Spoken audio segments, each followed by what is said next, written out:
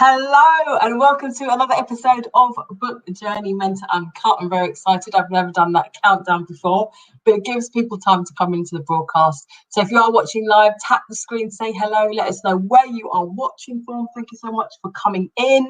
If you're watching in the replay, please put in hashtag replay. So who am I and what are you watching? My name is Daniela Blecknar. I'm an author, book journey mentor, founder of a company called Conscious Dreams Publishing. We work with authors from all over the world to help them to get their powerful messages and stories out there in the form of professional books.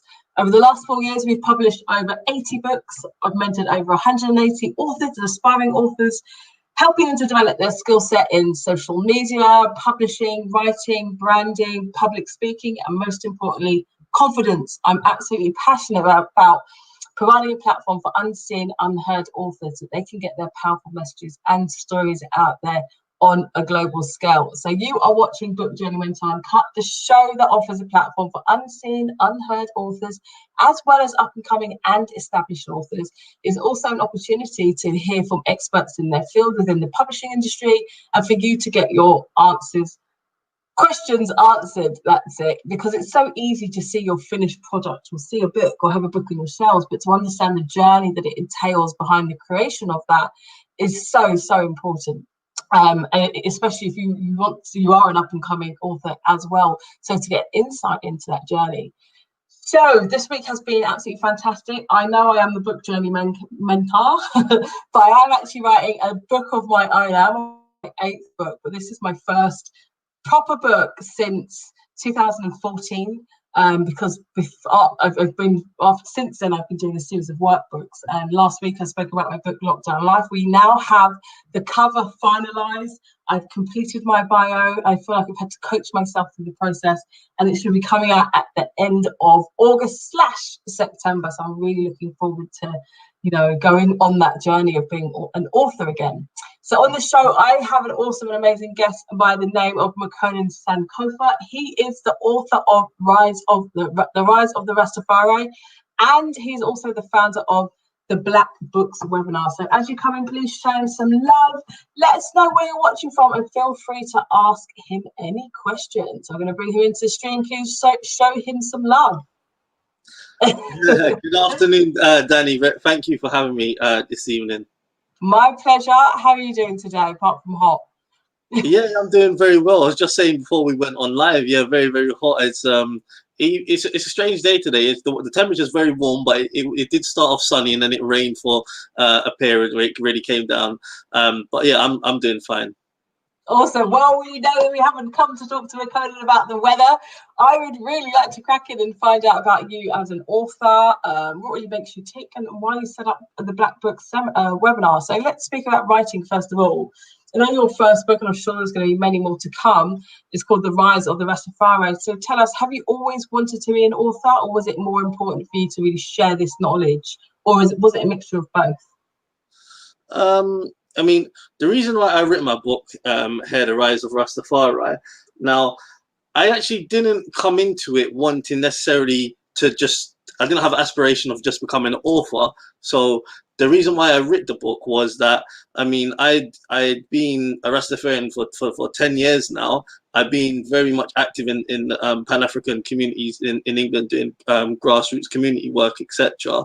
And from my understanding and my knowledge, speaking to a lot of people from different places and different backgrounds, within obviously different Black communities, I found that the knowledge that a lot of people had for Rastafari is quite poor, or there's a lot of misconceptions, stereotypes about it, and I find that if obviously people don't know any better, people will just think that's what it is, or repeat the misconceptions.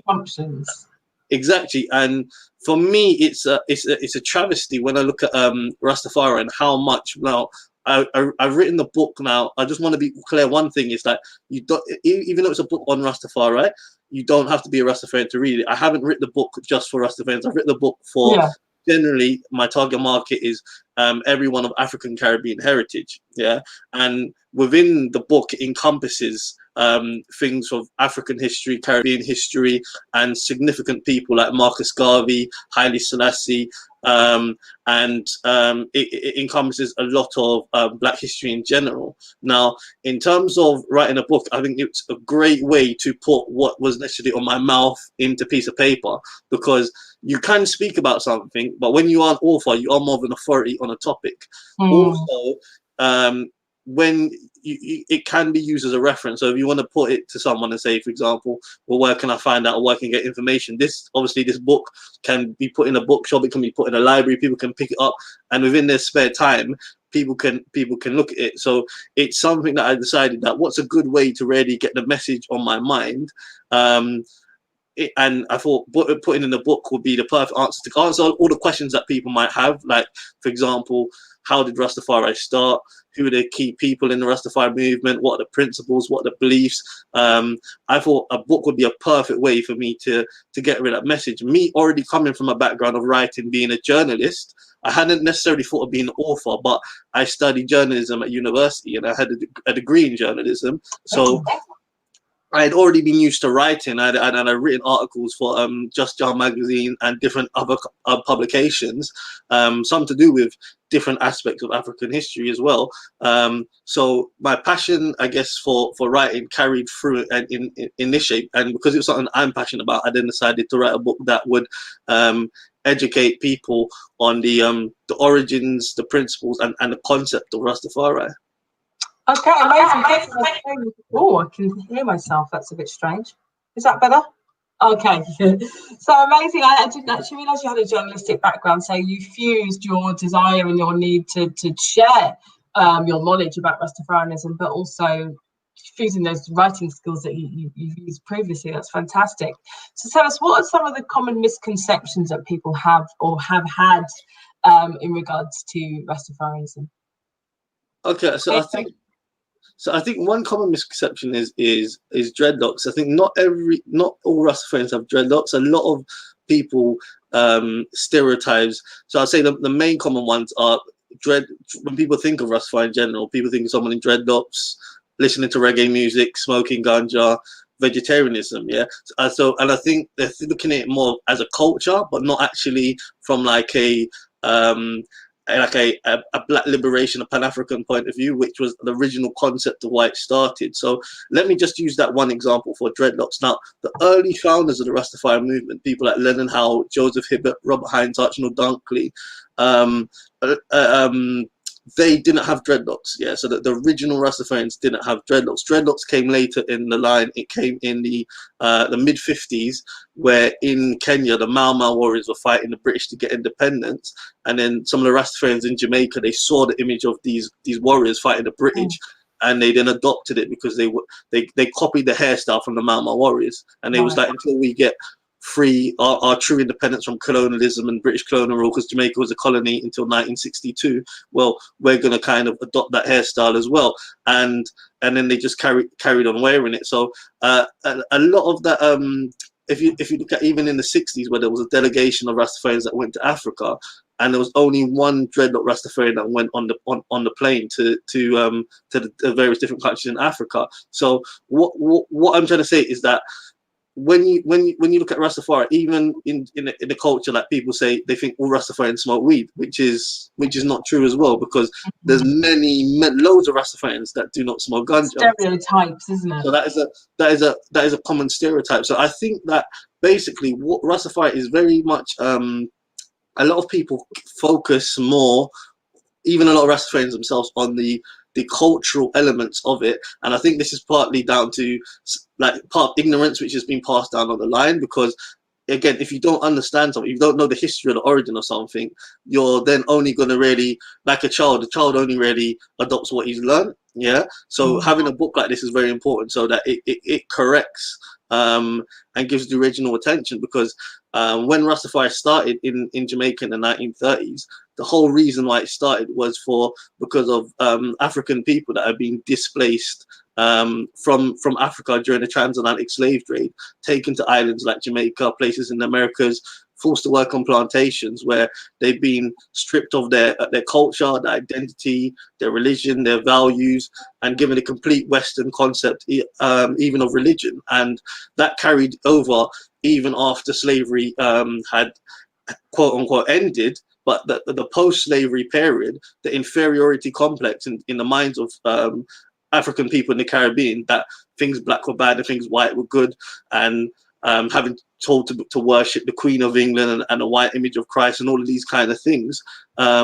This is what really gave rise to the Rastafari movement in terms of looking at people, a group of people that wanted to reconnect with Africa, to look at going back to Africa, repatriation, which is one of the main pillars of Rastafari, repatriation to Africa, connecting with an identity and a heritage and a culture which had been lost. So if you look at a lot of the aspects of Rastafari, they're taken from different elements of Africa, whether it is like, say, the Nyabingi drumming, Nyabingi, which is named after a Rastafari group, which is named after a warrior queen from Uganda, Haile Selassie, the key person in Rastafari, who was an emperor in Ethiopia, and many different things like the Boba Shanti, named after the Shanti tribe in Ghana, taken from different elements of Africa. And the need to reconnect with Africa, and the need for African people in the Caribbean to be free from colonial, or to build a nation, to be independent and self-sufficient. And they were doing that, the early Rastas. They developed Pinnacle in the 40s, and that went on to the 40s into the 50s, which was the most self-sufficient economically powered community in Jamaica.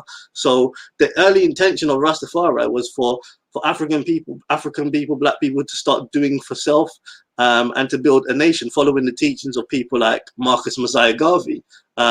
What's happened down the decades and down the years is that message has very much been distorted. That message of black liberation, that message of Pan-Africanism, that message of repatriation to Africa has been replaced into different stereotypes, into different things which are not even true to the core principles of Rastafari. And that has really had a negative effect of not just Rastafari, but how people look at Rastafari. Thank you. There's a lot of question there. I hope that we are taking notes. I can hear myself echoing for some reason. I don't know why that's happening. Am I echoing on anyone else's end? Okay, it seems to have stopped. It's never happened before. But thank you. Please let me know if my sound is okay. If you're watching, please let me know. So I think it's really interesting you said that, because there are those common misconceptions, and I think it comes through definitely 60s, 70s, and how the image of Rastafarianism was portrayed, certainly in the UK, you know, like you say, smoking weed and dreads, and actually it's about reconnection to Africa, like you said, and reconnection to cultural identity and self-empowerment and positive self-identity. Have you always been a Rastafari, and did you get asked, if you were as a young person, questions like that, or how come you don't have dreadlocks if you're a Rastafari? You know, I ironically, I used to have dreadlocks when I was maybe about, I'm 20 now, maybe about 6 years ago now, 5 or even 5 years ago, 4 years ago, for a few years. I don't have any dreadlocks now. Myself, I wasn't always Rastafari. So my parents, neither of them were Rastafarian. It's something that I really got into, I think, when I was like coming like a young adult, in like particularly in my late teens, early 20s. And I remember like when you go to like school or anything, you're not really told of like black kings or black queens or anything like that about black history. And I'd always listen to reggae. When I listened to reggae, I'd always heard them talk about Haile Selassie. And when I heard talk about Haile Selassie, I always wondered, I was curious, because I was always a curious mind of who this person was. So then I started doing more research, and then I think I bought this book, which is autobiography of Haile Selassie I. And the reason that appealed to me, because Haile Selassie, very much, his features and everything, he looks very much like me. And I was able to kind of see my own identity in it. And for us, as authors, particularly as black writers, we obviously definitely have the importance of being able to see an image of yourself. And that really appealed to me. And then when I started to look at more documentaries, and then I started to go to events and speak to a lot of Rastafarians and find out exactly what it was first, even before I committed to it. And I was just able to connect to like the philosophies. I mean, I always kind of had, even though I didn't come directly from a Pan-African background, I really got into it as I got older. I'd always kind of had some like kind of black consciousness within me, yeah. And I think with Rastafari, it appealed to me because it was relevant to my heritage, being someone from, certainly raised on my mom's side of the family, which is Caribbean. My dad is African, but I was raised from my mom's family, which is Jamaican, and it very much appealed to like my kind of own kind of history and background. And I then really gravitated to the principles. I mean, how could you not agree with, as a black person, agree with that black people should be self-sufficient and build a nation and be economically empowered just like every other race of people? How could you, what is there not to agree about that?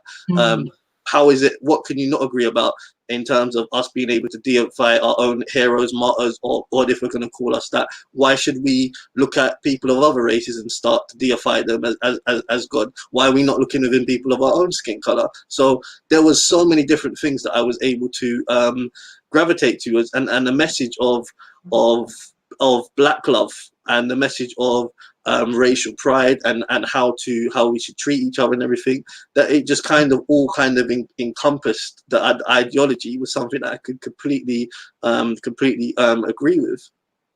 Amazing. It's about this. I don't know why I'm echoing. Am I echoing on your side at the time? You are echoing a little bit. I wouldn't say it's a big problem. I would just say you're echoing a little bit. And I just wanted to also tap on there as well, the idea of repatriation to Africa as well, which is, I said before, one of the main principles of Rastafari. And obviously us being displaced in the Western world, it's really all about us going back to our homeland, Africa.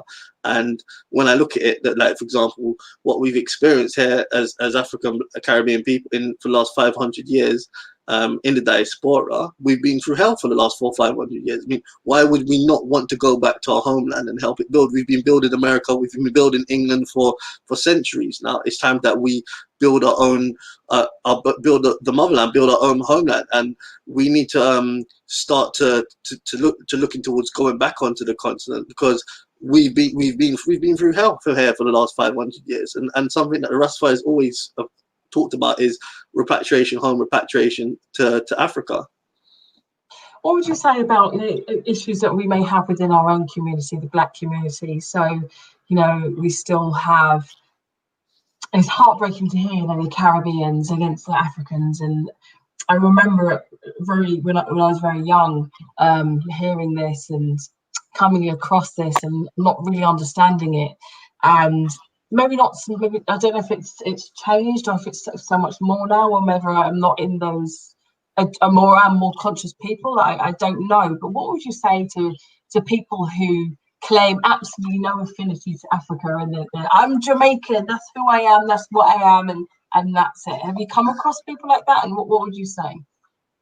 Yeah, I mean, there's a lot of people that I think people are more waking up now. I think whereas maybe say 30 years ago, 50 years ago, 60 years ago, particularly people from the Caribbean, apart from Rastafarians or really conscious people, didn't want anything to do with Africa, and it was like Africa's backwards, mud hut, etc. I think the mindset is changing now. I think there still is that concept amongst a lot of Caribbean people where they don't want to claim anything to do with Africa. They just see themselves from whatever island they are. But I think stuff like social media has done a lot in changing the mind. So now people can actually watch, whether it's like YouTube videos or people vlogging. Like I myself was part of Blags at YouTube channel last year. I did some work with Juliet Ryan, who was the founder of Blagsit, and it was about showing the Gambia.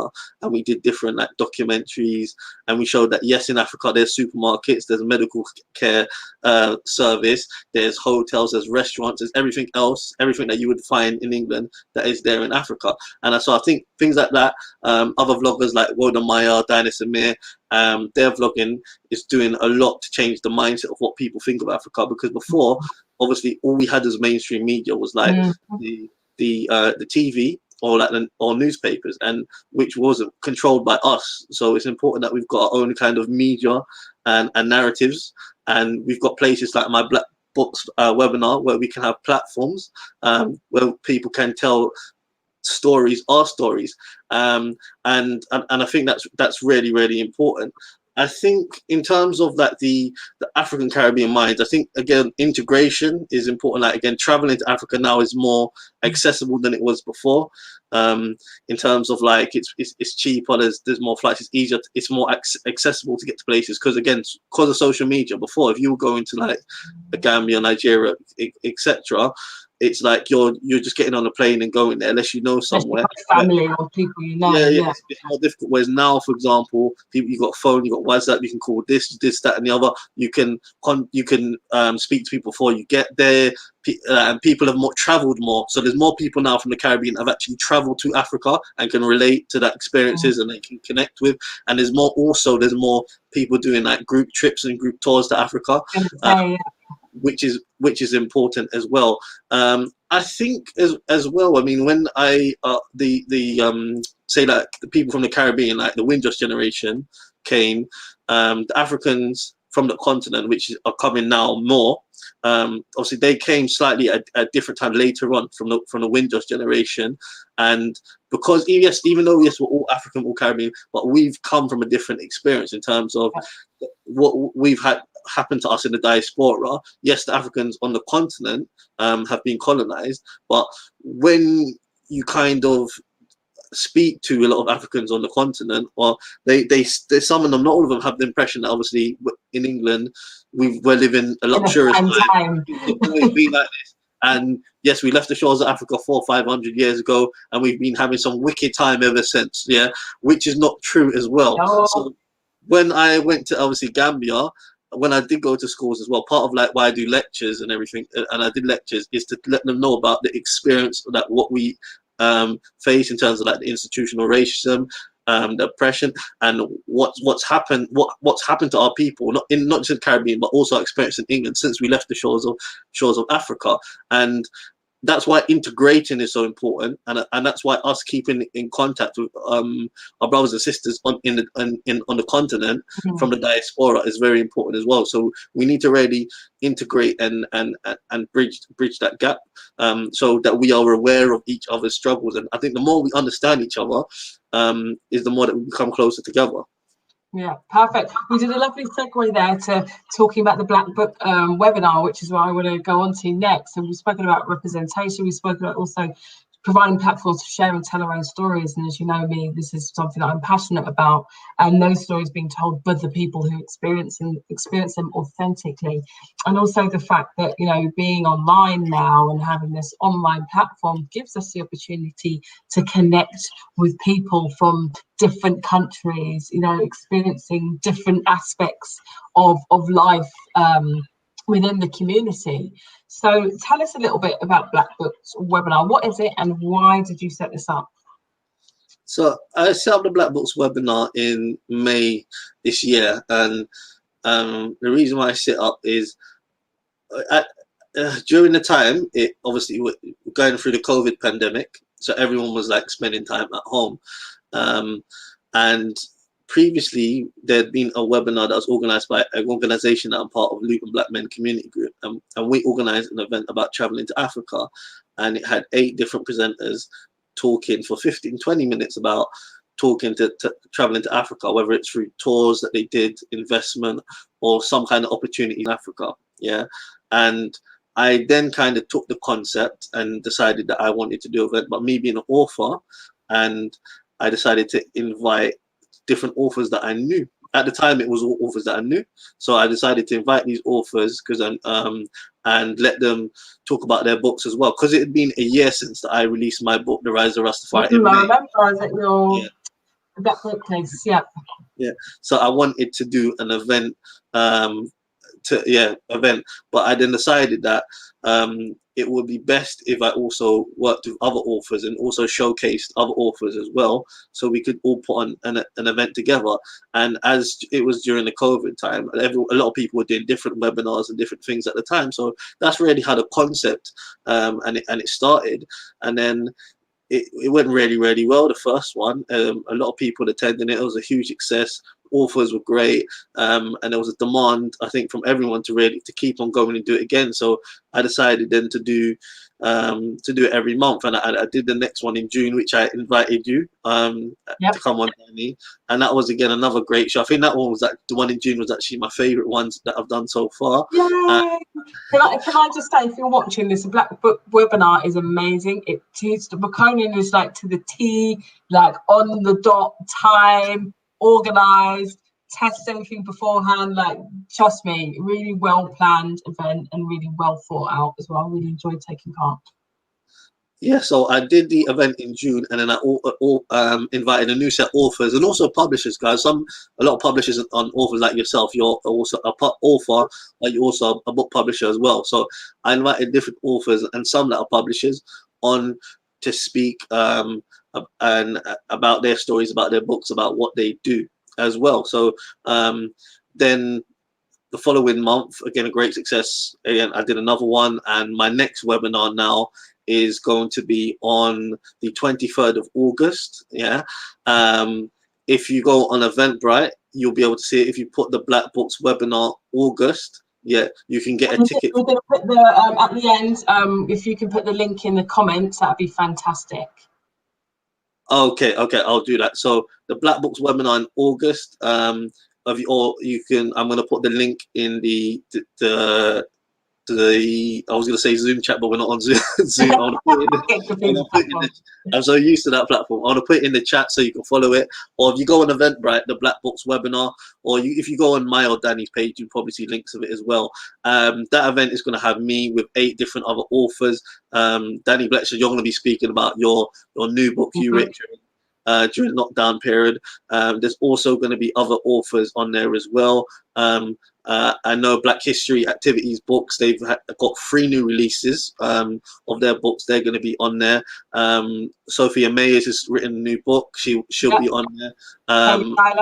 One of ours. Yeah. So there's different authors that I do every month. I always invite different authors so that people can share the different stories, because there's a reason why I want that platform is because I wanted to make a platform to make awareness more of the Black authors that are in the community, because people not necessarily always aware of authors, particularly these Black authors. But I thought if I paid a platform that could raise the awareness, and also that could bring, as a network opportunity, that can bring a lot more people together. Because if I had just done an event on May about my book launch, about me, my book, The Rise of Rastafari, that's only going to appeal to people in my network, me, and I can sell my books to people in my network anytime I want to. Like Danny, you can contact people in your network anytime you want to. But us having like a platform now, and it was beneficial for everyone, for all of the authors, where there's say 8, 9 authors on the show.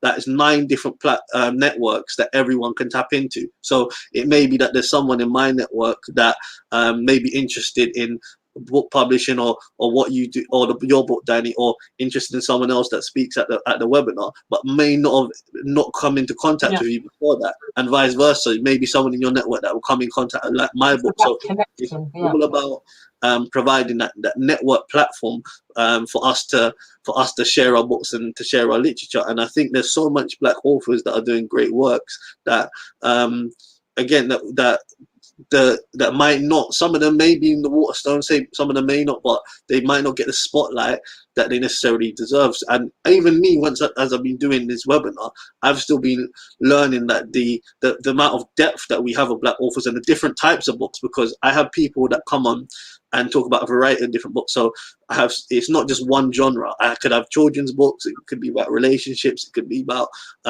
you get cultural topics. It could be about fiction, non-fiction, various different topics. So it's about really providing that network opportunity for showcasing black authors. Awesome. So if you are watching, you should definitely book your ticket to the Black Book webinar on the 23rd of August, which is a Sunday, between 4 and 7, is it? 4 and 7, yeah. 4 to 7 o'clock. Amazing event, monthly event. Do let people know, do share this out. I'm going to be sharing the flyer again on my website, on my platforms, social media platforms, as well. Makonnen, please do connect with him, share it out, let people know if you know any Black authors or publishers, let them know, and they can get in contact with Makonnen to feature in the next one. So to finish off, how can people connect with you, Makonnen? So the best way to connect with me is probably connect with me at Facebook. So if you go on my Facebook page, Makonnen Sankofa, you can give me a message, or via email you can contact me, makonnensankofa@hotmail.com as well. Also, I mean, if anyone wants to call me as well, I'm over to speak more about the Black Books webinar, or indeed about my book, The Rise of Rastafari. My book is available on Amazon and eBay, The Rise of Rastafari, and you can contact me also for a signed copy, or if you want to talk about the Black Books webinar, on 07943178117. That is He's giving his phone number out live on air. Be careful. that is 07943178117. Okay, fantastic. Makonnen, thank you so much. You've been a wonderful guest. In fact, next week we do have Sophia Myers, one of our authors, who published her beautiful children's book, Curly Kyla, a book that empowers all young children with curly afro hair. I had a massive afro when I was young, not allowed to get it relaxed. The most I was allowed to have was a Joey curl, and nobody wants their 8-year-old daughter to look like Michael Jackson. Wouldn't wish that on anyone. But it's absolutely an amazing book. I'm really looking forward to interviewing her. Makonnen, you have been amazing. Thank you. We're going to get back to all the comments. I'm really supportive there. Thank you so much. Someone's going to message you there. We're going to put the details for the Black Book webinar, and also if you could drop a link to your book in the comments as well. We will see you next week, next Wednesday, 7 p.m. GMT, 2 p.m. EST. I've been Daniela Bleckner. This has been Makonnen Sankofa. See you next week. Bye. Bye.